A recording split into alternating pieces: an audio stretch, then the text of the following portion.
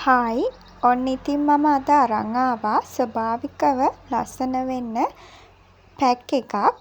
ඉතින් අපි බලමු කොහොමද මේ පැක් එක හදාගන්නේ කියලා.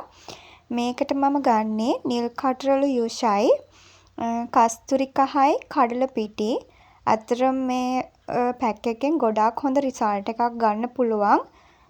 ඉතින් සතියට දෙපාරක් වගේ පාවිච්චි කරනවා නම් ඇත්තටම හොඳ රිසල්ට් එකක් ගන්න පුළුවන්. ඉතින් අපි බලමු මේක කොහොමද යූස් කරන්නේ කියලා.